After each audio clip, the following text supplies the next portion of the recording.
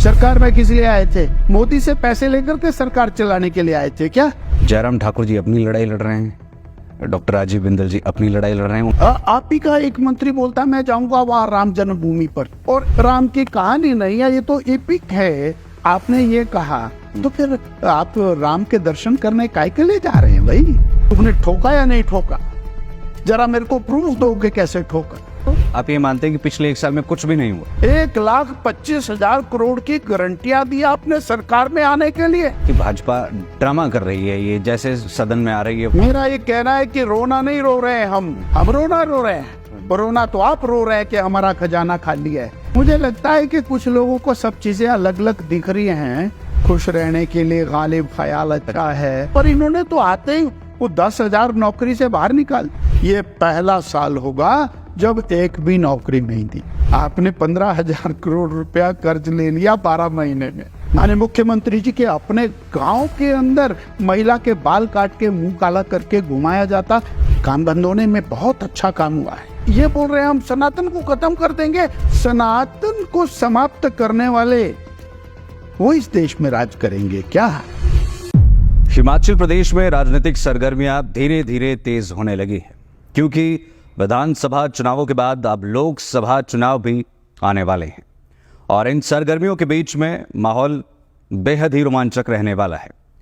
प्रदेश में क्या स्थिति इस समय पर सरकार की है, किस तरह से विपक्ष काम कर रहा है, इन सभी पर एक एक करके हम बातचीत करेंगे। हमारे साथ खास बातचीत में मौजूद है हिमाचल प्रदेश भाजपा के प्रदेशाध्यक्ष डॉक्टर राजीव बिंदल जी। सर, आपका लाइव टाइम टीवी में बहुत बहुत स्वागत है। नमस्कार। लाइव टाइम टीवी के दर्शकों को मेरा सादर नमस्कार जी। और बहुत शानदार प्रस्तुति कार्यक्रम लाइव टाइम टीवी के रहते हैं, मुझे आपको बधाई देंगे। बहुत बहुत धन्यवाद सर। हमारे जहन में बहुत से सवाल हैं और शायद आप ही उन सवालों का जवाब दे पाएंगे और हम उम्मीद करेंगे कि आप दिल खोल कर हमसे बात करेंगे।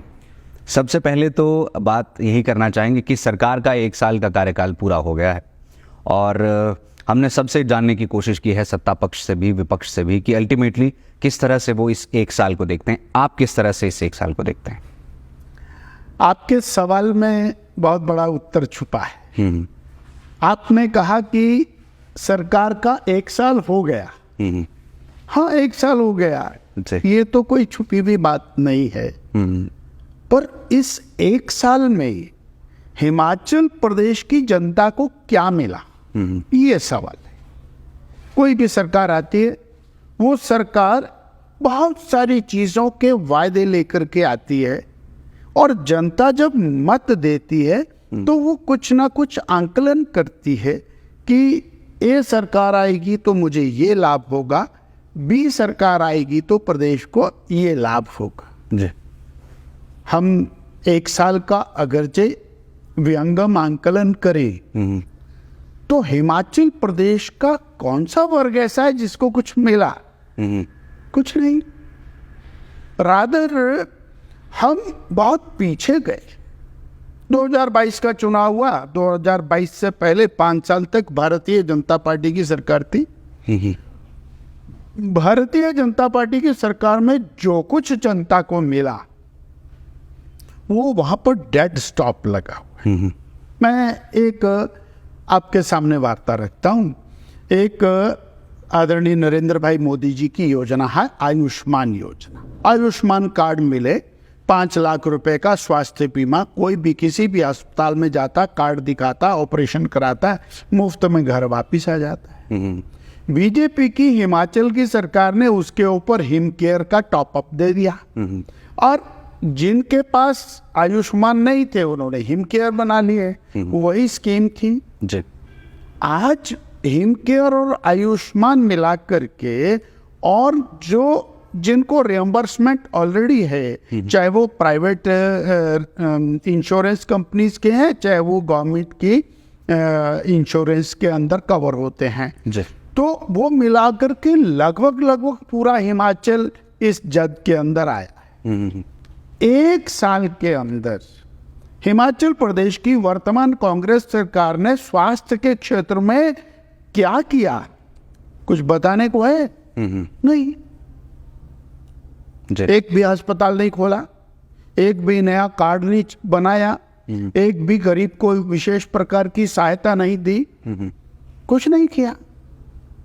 अगर हिमाचल प्रदेश के स्वास्थ्य के क्षेत्र में आपने कुछ नहीं किया और आप बैकफुट के ऊपर हैं, जो पेमेंट्स हॉस्पिटल्स की होनी चाहिए उसके ऊपर भी आप बैकफुट के ऊपर हैं, तो दूसरा शिक्षा। जब भी कोई सरकार बनती है तो बेहतर शिक्षा होनी चाहिए, इसके लिए वो बोलते हैं, बार बार बोलते हैं जी। इन्होंने स्कूल बंद कर दिए, 400 से ज्यादा स्कूल बंद कर। इनका कहना है सर क्वालिटी एजुकेशन बढ़ाने के लिए हमने बंद किए हैं। पहले बंद कर दो, बाद में क्वालिटी बढ़ाएंगे। कब बढ़ाएंगे भाई? जब तुम्हारी सरकार चली जाएगी तब बढ़ाएंगे। 5 साल का समय होता है, 1 साल में तुमने बंद करने का ठेका ले लिया जी, उसके बाद कब बढ़ाएंगे तुम? एक भी अध्यापक आपने नहीं रखा, पिछले 1 साल में एक भी अध्यापक प्राध्यापक नहीं रखा, आप क्या क्वालिटी बढ़ाएंगे? और शिक्षा के मामले में आपने कॉलेजेस बंद कर दिए, जी, इतने सारे कॉलेजेस बंद किए। और एक वो स्पाटू का कॉलेज, प्राइवेट कॉलेज, वो गवर्नमेंट ने टेक ओवर किया, बंद कर दिया। हाई कोर्ट ने आपको जब लगाया तमाचा तब ध्यान में आया कि साहब ये गलत हो गया। जी। मैं कह रहा हूँ शिक्षा के क्षेत्र के अंदर आपका कोई योगदान नहीं, स्वास्थ्य के क्षेत्र में आपका कोई योगदान नहीं। 1 साल में एक भी नई सड़क हिमाचल प्रदेश के पैसे से नहीं बनी। हिमाचल प्रदेश सरकार, हाँ, मोदी सरकार के पैसे से सड़कें बन रही हैं। 42,000 करोड़ रुपए की सड़कें 4 लेन नेशनल हाईवेज नरेंद्र भाई मोदी सरकार के माध्यम से बन रही हैं। जी। 2,700 करोड़ रुपया प्रधानमंत्री सड़क योजना के माध्यम से मोदी सरकार ने अभी प्रदेश को दिया, इससे पहले और दिया, पर प्रदेश की सरकार से कोई सड़क नहीं शुरू, क्या कहा? सड़क नहीं आए। आपने बिजली के सुधार के अंदर क्या किया? कुछ नहीं किया। एक भी कट नहीं लगता था पिछले साल विंटर में, सवेरे से लेके 50 कट लग जाते हैं। बिजली में सुधार नहीं, सड़क में सुधार नहीं, पानी के अंदर जो पैसा लग रहा है वो जल जीवन मिशन का पैसा है, केंद्र सरकार का पैसा है, उसके अंदर आपने कुछ नहीं किया। तो 1 साल के अंदर हिमाचल प्रदेश की जनता को कुछ मिला नहीं, रादर आपने 1,1500 संस्थान बंद करने का बहुत बड़ा अपयश प्राप्त किया।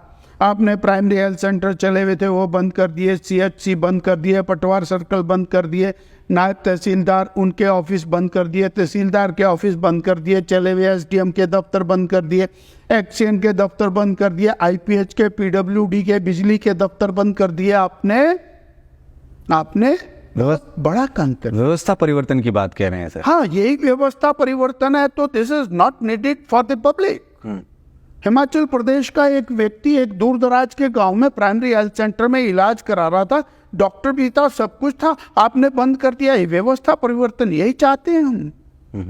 नहीं, सच में हिमाचल प्रदेश की जनता के साथ आपने अन्याय किया, धोखा किया। सर आपने कहा कि हम और जयराम ठाकुर तो 125 यूनिट बिजली देता है मुफ्त में, वो तो कुछ नहीं है भाई, हम तो 300 यूनिट देंगे।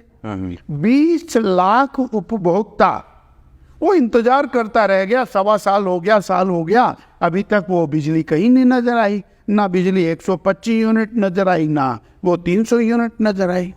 आपने बड़ी बड़ी गारंटियां की, गारंटियां, चिंता की बात है। आपने ठोक बजा करके बोला एक घर में 1 महिला है 1500, 2 महिलाएं 3000, 3 महिलाएं 4500, 4 महिलाएं 6000, सबको मिलेगा, 18 से 60 साल मिलेगा। हिसाब लगाया 22.5 लाख बहनें बनती हैं, 22.5 लाख बहनें 1500 रुपये महीना इंतजार कर रही, और फिर ये बोला पहली कैबिनेट में देंगे। आज क्यों बदल रहे हो भाई अपनी बात को? बोले धीरे धीरे देंगे, धीरे स्टेप वाइज देंगे। अब चरणबद्ध कहाँ से आगे, अब तो चरण दिखाई दे रहे हैं, उस समय तो केवल आपके मुख दिखाई दे रहा था जिससे आप धनाधन बोल रहे थे। आपने भी रिकॉर्डिंग रखी होगी, हमारे पास है, नहीं तो हम आपको सप्लाई कर देंगे। माननीय मुख्यमंत्री जी की, उप मुख्यमंत्री जी की, इनके विधायकों की, इनके दिल्ली से जो नेता आए उनकी, वो जो मुख्यमंत्री जो खुद भी चुनाव हार गए उनकी, सब ने बोला, बघेल साहब ने बोला, बस पहली कैबिनेट। हमें पता क्या लगा, हमने सोचा कोई इनके पास जादू का पटारा है जो पहली कैबिनेट के अंदर 22 लाख पेंशन निकलेगी 500 रुपए की, 1 लाख सरकारी नौकरियां निकलेंगी उसके अंदर, 20 लाख बिजली उपभोक्ताओं को 300 रुपए निकलेगा। हमने सोचा पता नहीं क्या क्या निकलेगा, पर वो निकला कुछ भी नहीं। लेकिन सर जो सबसे बड़ी गारंटी इनकी ओपीएस की थी वो तो पहली कैबिनेट में इन्होंने दे दी, और उसी ने शायद। मेरा एक और कहना है जी कि जो व्यक्ति 2004 में नौकरी में लगा जी, उसकी रिटायरमेंट कब होगी? कम से कम 25 साल तो नौकरी करेगा। जी 2029 में रिटायर होगा, जी 2030 में, 31 में, 32 में, 33 में। उसकी जिम्मेवारी इस सरकार के ऊपर क्या है? वर्तमान सरकार के ऊपर कौन सी जिम्मेवारी है? वर्तमान सरकार में 500 रिटायर हो जाएंगे, 1000 रिटायर हो जाएंगे, 2000 रिटायर हो जाएंगे, इनका तो कुछ नहीं लगा। और इन्होंने क्या पूरा कर दिया? उसमें कुछ भी नहीं पूरा कर दिया। मेरा ये कहना है कि जो सामान्य समाज है, अगर तो मेरे प्रदेश की आबादी 80 लाख की है तो 78 लाख लोग इस सरकार की सेवाओं से वंचित हैं। यदि सर यहाँ पर सरकार की बात करें, सरकार का कहना है कि भाजपा गारंटियों का रोना रो रही है, हम कह रहे हैं कि हम एक एक करके। मेरा ये कहना है कि रोना नहीं रो रहे हैं हम इस सरकार को चेता रहे हैं और इस सरकार को याद करा रहे हैं कि आपने सड़कों पर जाकर, गलियों में जाकर के, घर घर में जाकर के आपने नौकरी के फार्म भरे, आपने 1500 रुपए के फार्म भरे। हम रोना रो रहे हैं, रोना तो आप रो रहे हैं कि हमारा खजाना खाली है। जब गारंटियां दी थी तब तुम्हारा खजाना भरा हुआ था। सरकार माननीय मुख्यमंत्री जी विधानसभा में थे और विधानसभा में इनके प्रश्न लगे हुए हैं। जब माननीय वीरभद्र सिंह जी हमारे प्रदेश के मुख्यमंत्री थे तब भी ये बोलते थे कि वीरभद्र जी ने कर्ज ले लिया, और उस समय भी प्रदेश की माली हालत ऐसी थी, आपने लाखों करोड़ रुपए की गारंटी दे दी। भाई साहब 4000 करोड़ रुपया पर एनम महिलाओं की गारंटी का बनता है। ठीक, दूध की गारंटी का 5000 रुपए एनम बनता है, गोबर की गारंटी का 2000 रुपए एनम बनता है, कर्मचारी 1 लाख सरकारी नौकरी उसका 20,000 करोड़ रुपया पर एनम बनता है। आपने 50,000 करोड़ रुपया प्रति 25,000 करोड़ रुपया प्रति वर्ष की गारंटियां दे दी। 1,25,000 करोड़ की गारंटियां दी आपने सरकार में आने के लिए। यानी कहीं तो कुछ रियायत की होती। सीएम सुखू से हमने सीधा प्रश्न पूछा था, उन्होंने कहा था कि भाजपा ड्रामा कर रही है, ये जैसे सदन में आ रही है वहां अगर जब 20 लाख बहनों को आपने उनका अधिकार नहीं दिया, हमको अधिकार है उनके लिए बोलने का। अगर आपने 1 लाख बेरोजगारों को पहले दिन नौकरी देने का वायदा किया, वायदा नहीं की, गारंटियां किया, गारंटियां नहीं की, आपने हिमाचल प्रदेश की कोई दीवार ऐसी नहीं छोड़ी जिसको सफेद छोड़ा हो, हर दीवार के ऊपर आपने छाप दिया 1 लाख नौकरियां पहली उसके अंदर। और श्रीमती गांधी वो यहाँ पर आई, उन्होंने कहा 70,000 वेकेंट पोस्ट हैं, 30,000 क्रिएट करेंगे और 1 लाख नौकरियां पहले दिन देंगे। और मजेदार बात है, आपने 1 साल का जश्न मनाया, उस जश्न के लिए आपने और बहन जी को दिल्ली से बुलाया, पर बहन जी आपके जश्न में नहीं गई। क्यों नहीं गई? शिमला थी ना, धर्मशाला क्यों नहीं गए? उनको लगा कि जनता सवाल पूछेगी वहां। आपने बोला था, बड़े बड़े वायदे किए थे, किसके जाकर के बोलेंगे? इसलिए हमें वही बात कहनी चाहिए। हम हिमाचल के हैं, हिमाचल की जनता के साथ हम इतना बड़ा झूठ बोलेंगे सिर्फ सत्ता प्राप्ति के लिए, और आज भी वही झूठ चल रहा है। जी सर, यदि हम सीएम सुक्खू की बात करें, जब हमने उनसे प्रश्न पूछा इसी रिगार्ड में कि ये पूरा सिनेरियो है, तो उस पर उन्होंने कहा कि भाजपा आपस में दो फाड़ है। जयराम ठाकुर जी अपनी लड़ाई लड़ रहे हैं, डॉक्टर राजीव बिंदल जी अपनी लड़ाई लड़ रहे हैं। उन्होंने इन बातों का जिक्र किया, इसलिए मैं आपके साथ ये जिक्र कर रहा हूँ कि पहले बिंदल जी को जो है वो सरकार से बाहर का रास्ता दिखाया, फिर अब दोनों जो है वो आपस में अपने वर्चस्व की लड़ाई लड़ रहे हैं, चाहे वो बाहर आक्रोश या सदन में अंदर मुझे इस तरह से है। एक चीज लगती है जी कि जो उनके साथ वहां घट रहा है ना, वो हमारे साथ सोच रहे हैं। जो माननीय मुख्यमंत्री जी ने एक अलग से दड़ा चल रहा है, दोस्तों मित्रों की सरकार, वो सारे कैबिनेट रैंक के बन गए, तो जो दूसरा दड़ा है वो बेचारा परेशान। यहाँ केवल और केवल भारतीय जनता पार्टी नरेंद्र मोदी की और वर्चस्व की लड़ाई है। यहाँ पर 2024 के अंदर चारों सीटें जीत करके माननीय नरेंद्र भाई मोदी को तीसरी बार देश का प्रधानमंत्री बनाने की लड़ाई। यहाँ हिमाचल प्रदेश की जनता को जो कांग्रेस धोखा देकर के सत्ता में आई है, उसको और जनता को एहसास कराते हुए सरकार से उनका हक दिलाने की लड़ाई है। अरे हम तो ये कह रहे हैं कि जयराम ठाकुर ने जो बेहतरीन काम किए, आपने वो बंद करा दी। आप उसको बंद करने में लगे।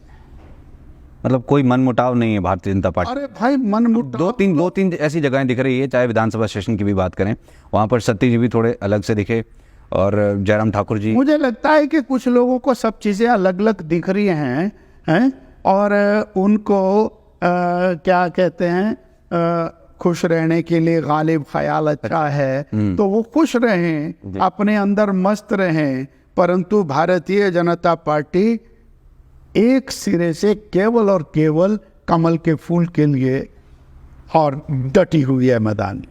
सर, कांग्रेस की अगर हम बात करें, आपने जिक्र किया कि यार दोस्त एक तरफ है और बाकी दूसरे एक तरफ है।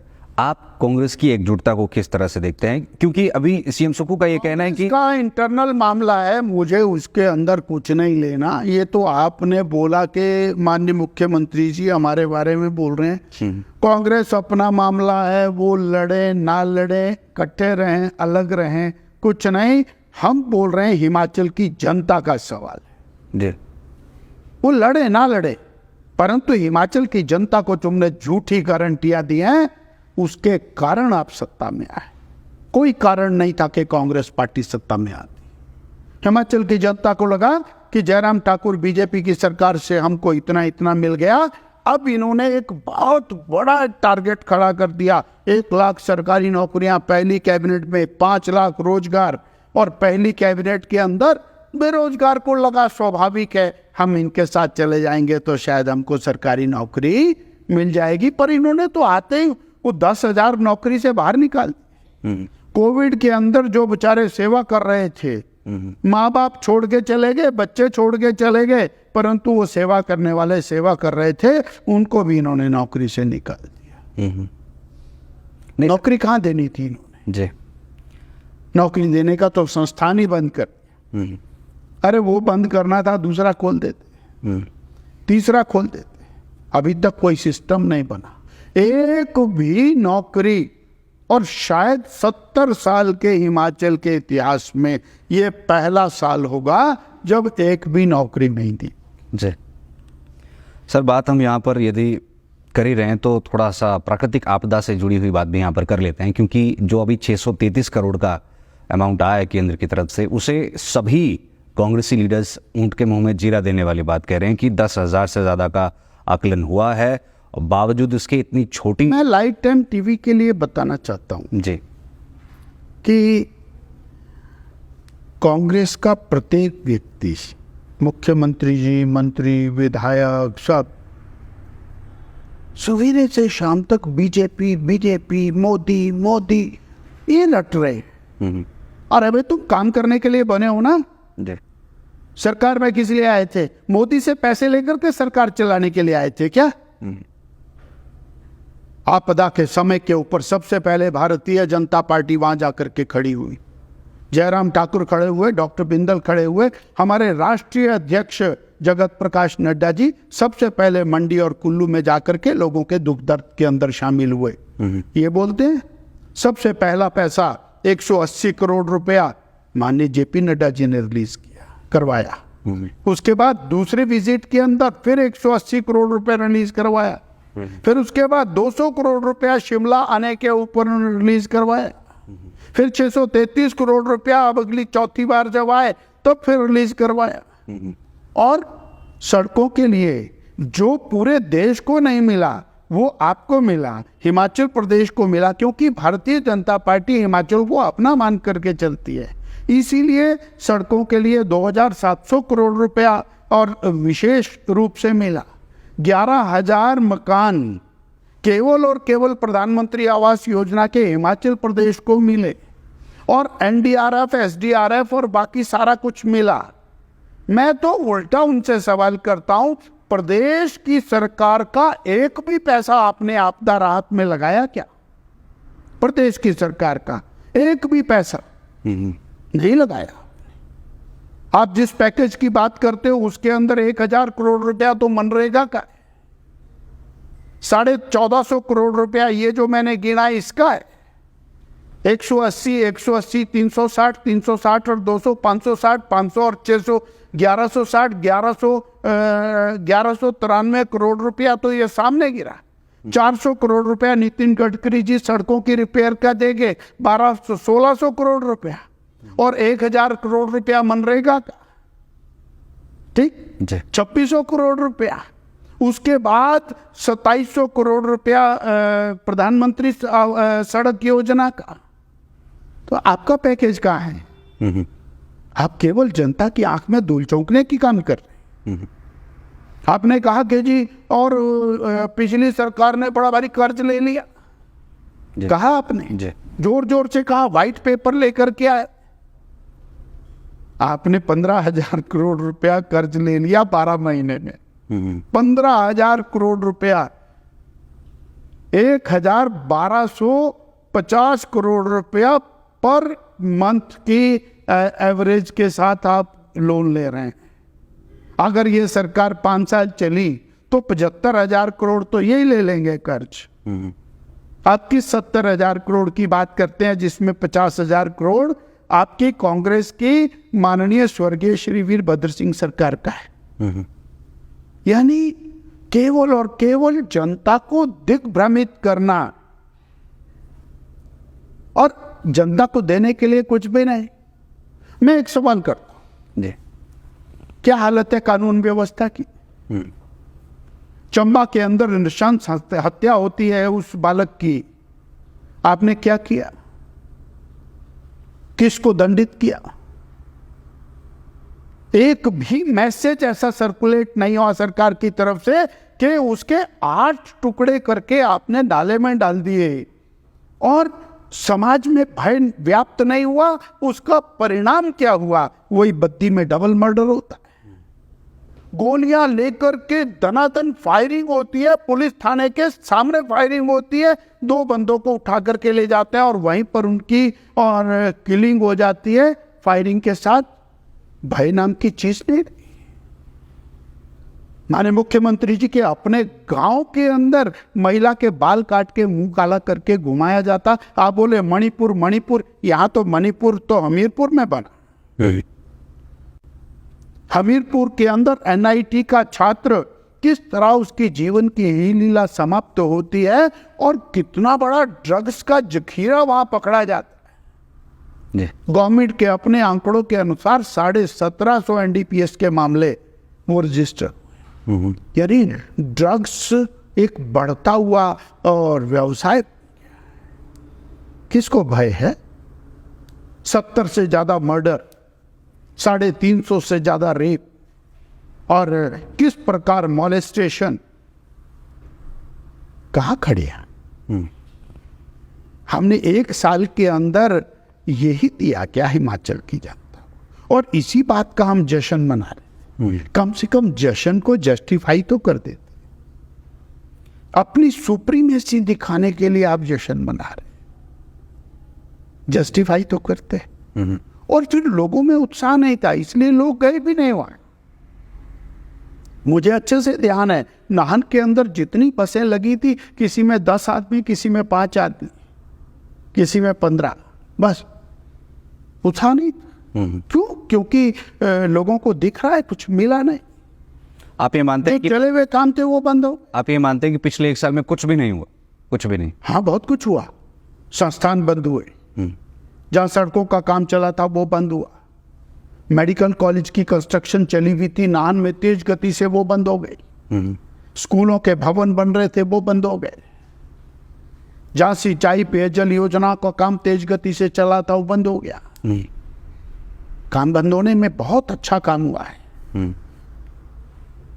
उसके लिए तो सरकार को क्रेडिट देना चाहिए।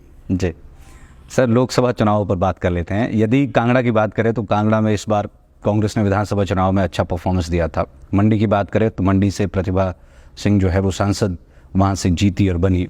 और अब हमीरपुर लोकसभा की अगर हम बात करें तो वहाँ पर से अब चीफ मिनिस्टर भी है और डिप्टी चीफ मिनिस्टर भी है, तो अब वो क्षेत्र भी यहाँ पर कहीं ना कहीं स्ट्रांग हो जाता है। और शिमला वैसे ही कांग्रेस के लिए स्ट्रांग माना जाता है। तो क्या आप मानते हैं कि चारों लोकसभा की सीटों पर कड़ा मुकाबला होने वाला है? किस तरह से आप आने वाले चुनाव को देखते हैं? देश की जनता और हिमाचल की जनता जी एक चीज स्पष्ट शब्दों में जानती है कि देश का नेतृत्व आज यदि कोई कर सकता है तो उसका नाम है नरेंद्र मोदी। जी वो 18 साल का नव मतदाता होगा या 100 साल का सबसे बड़ी उम्र का मतदाता होगा, वो उसके लिए देश पहले। जहां देश का सवाल आएगा वो किसी भी ऐसे नेतृत्व को देश सौंपना नहीं चाहेगा जो देश को 10, 20, 30 साल पीछे ले जाए। उन्होंने देखा है 2004 से 2014 के बीच में कांग्रेस पार्टी की सरकार सोनिया जी के नेतृत्व में सरदार मनमोहन सिंह जी की सरकार थी। सुबह अखबार आता था कोयला घोटाला, फिर अखबार आता था पनडुब्बी घोटाला, अगले दिन खबर आती थी 2G घोटाला, 3G घोटाला, 20 लाख करोड़ रुपया। यानी देश की ये छवि दुनिया के अंदर बन गई थी घोटालों का देश है। परिवर्तन 2014 से लेकर के 24। स्वर्गीय श्री राजीव गांधी जी कहते थे हम दिल्ली से 1 रुपया भेजते हैं 15 पैसा गांव में पहुंचता है। आज नरेंद्र भाई मोदी 9.5 करोड़ किसानों के खाते में 2000 रुपया एक क्लिक से डालते हैं। 19,000 करोड़ रुपया डायरेक्टली पूरा का पूरा किसान के खाते में जाता है। जो सब्सिडी है वो पूरी की पूरी उपभोक्ता के खाते में जाती है। ये अंतर है और ये देश की जनता पूरे से समझ रही है। 9.5 साल के अंदर गरीब कल्याण की बात। कांग्रेस नारा लगाती थी गरीबी हटाओ, हम गरीबी हटा देंगे, परंतु सही अर्थों में 13.5 करोड़ लोगों को गरीबी रेखा से ऊपर निकालने का काम 9.5 साल में नरेंद्र भाई मोदी ने किया। और उसके पीछे की वजह है 80 करोड़ लोगों को मुफ्त का राशन, न भूतो न भविष्यति, ना पहले किसी ने दिया ना आगे कोई दे पाएगा। 5 साल तक और 3 साल पहले दे दिया, अगले 5 साल और 3.5 करोड़ पक्के मकान पूरे देश के अंदर बना करके जनता को दे दिए। और आने वाले कुछ समय के अंदर एक भी व्यक्ति बिना पक्के मकान के नहीं रहेगा। 11 करोड़ शौचालय गरीबों को बना करके देना। स्वच्छ भारत मिशन, लगभग 22 लाख घरों में स्वच्छ पेयजल नल के द्वारा उपलब्ध कराना। और कंपैरिजन करके देखिए, टोटल 4.5 करोड़ घरों में नलके थे मोदी जी के आने से पहले। तो वो जो देशवासी है वो ये समझ रहा है कि हमको मोदी जी के साथ जाना है। मतलब इन लोकसभा चुनाव में मोदी जी एक मतलब जो उनका चेहरा है वो प्रचार का मुख्य बिंदु होगा। मोदी मोदी यही है और कोई नहीं है। ये क्या इंडी गठबंधन हिमाचल प्रदेश से सनातन को खत्म करने आएंगे क्या? हैं? बोले सनातन को खत्म कर देंगे। आओ आप ही का एक मंत्री बोलता है मैं जाऊंगा वहां राम जन्मभूमि पर जी, उसको कैसे देखते हैं? उसको मैं कह रहा हूं कि वो ये बोल रहे हैं हम सनातन को खत्म कर देंगे और एक को भेज रखा भाई तू भी जा जरा राम राम करता रहे। यानी ये क्या है? उस चीज का स्वागत मैं ये करते हैं कह आप? रहा हूं कि सनातन को समाप्त करने वाले वो इस देश में राज करेंगे क्या? वो चिंता करेंगे क्या देश की? और किस तरह से पूरे देश के अंदर बोले जी हम इंडी गठबंधन है। किस चीज का गठबंधन है भाई? आपकी विचार एक नहीं है, कश्मीर के बारे में आपका एक विचार नहीं है, देश के बारे में एक विचार नहीं है। आपका एक नेता इंग्लैंड में जाके भारत की बुराई करता है, अमेरिका में जाके भारत की बुराई करता है। जब भारत की सेना पाकिस्तान को ठोकती है तो वो सवाल पूछता है भारत की सेना से तुमने ठोका या नहीं ठोका, जरा मेरे को प्रूफ दो कि कैसे ठोका। वो देश का नेतृत्व करेंगे क्या? हमारी सेनाएं, हमारे जांबाज अपने जीवन को दांव पर लगा करके राष्ट्र की देश की रक्षा करते हैं, उनके ऊपर ये सवाल खड़ा करते हैं। आज देश देख रहा है कैसे पत्थर मारने वाले आज तिरंगा लेकर के हाथ में चलते हैं। वो परिवर्तन देश देख रहा है। धारा 370 हटी, इन्होंने ही कहा था जो आज इंडी गठबंधन वाले हैं, बोलते थे कत्लेआम हो जाएगा, खून बह जाएगा। अरे ना खून हुआ ना कत्लेआम हुआ, तिरंगा जरूर फहरने लगा। राम जन्मभूमि पर राम मंदिर बनेगा तो पता नहीं तबाही आ जाएगी। 22 तारीख को उसका श्री गणेश हो रहा है। नहीं, तबाही नहीं आने वाली। इसमें मैं ये पूछना चाहूंगा, आपने जिक्र किया मंत्री का, तो उन्होंने जो कहा है इस चीज का आप स्वागत करते हैं? ये योजना है, ओके, ये प्लान है, ये दिल में नहीं है। वो तो ऐसा है एक को इधर भेज दिया, एक को इधर भेज दिया। वो तो वही हालत है ना जी, एक बार गए वहां पर जाकर के दूसरी टोपी वाली दूसरी जगह गए तो वहां जनेऊ दिखाया कि हम तो ये हैं। ऐसे नहीं होता है, मन से होता है। आपने तो राम का विरोध किया, राम का अस्तित्व नहीं है। आपका एफिडेविट देश के सर्वोच्च न्यायालय के अंदर लगा हुआ है, कांग्रेस पार्टी का लगा हुआ है। आपने कहा कि वो जो गंगा के पुल बनाया था राम सेतु, वो है ही नहीं कुछ। जब राम नहीं है, राम सेतु नहीं है, राम की कहानी नहीं है, ये तो एपिक है, आपने ये कहा, तो फिर आप राम के दर्शन करने काहे के लिए जा रहे हैं भाई? हैं केवल जनता को दिखाने के लिए? मैं उसमें भी नहीं कहता, हम तो कह रहे हैं कि सबको जाना चाहिए जी। वो सबके राम, मेरे आपके बीजेपी के किसी के नहीं। वो आराध्य हजारों लाखों साल से हैं, बीजेपी आज है कल नहीं है, वो नहीं। राम घट घट में राम, पैदा होते राम, राम राम और सतराम, सब जीवन अंत तक राममय है। इसलिए सबको जाना चाहिए, सबको उसमें शामिल होना चाहिए, परंतु केवल आवश्यकता पड़ने पर राजनीति करना ये उचित नहीं। जी सर, यहाँ पर जैसे कि प्रदेश की जनता की भी बात करें तो जनता का एक पर्सपेक्टिव है या एक सोचना है कि भारतीय जनता पार्टी यदि किसी भी कैंडिडेट को टिकट दे दे, वो चीज़ बहुत ज़्यादा मायने नहीं रखती, मायने मोदी जी रखते हैं। आप भी इस बात से सहमत है? भारतीय जनता पार्टी किसको टिकट देगी ये बहुत चिंतन का विषय रहता है। ये मेरे लेवल पर नहीं होता है, इसमें बहुत बृहद विचार होता है और बेहतरीन व्यक्ति को भारतीय जनता पार्टी निकाल करके लाती है। एक से एक नगीने आज देश के अंदर भारतीय जनता पार्टी के पास हैं। We have got galaxy of leaders, galaxy of leaders. तो इसलिए कोई कमी नहीं है अपने पास, और जो भी होगा वो समय के ऊपर तय होगा।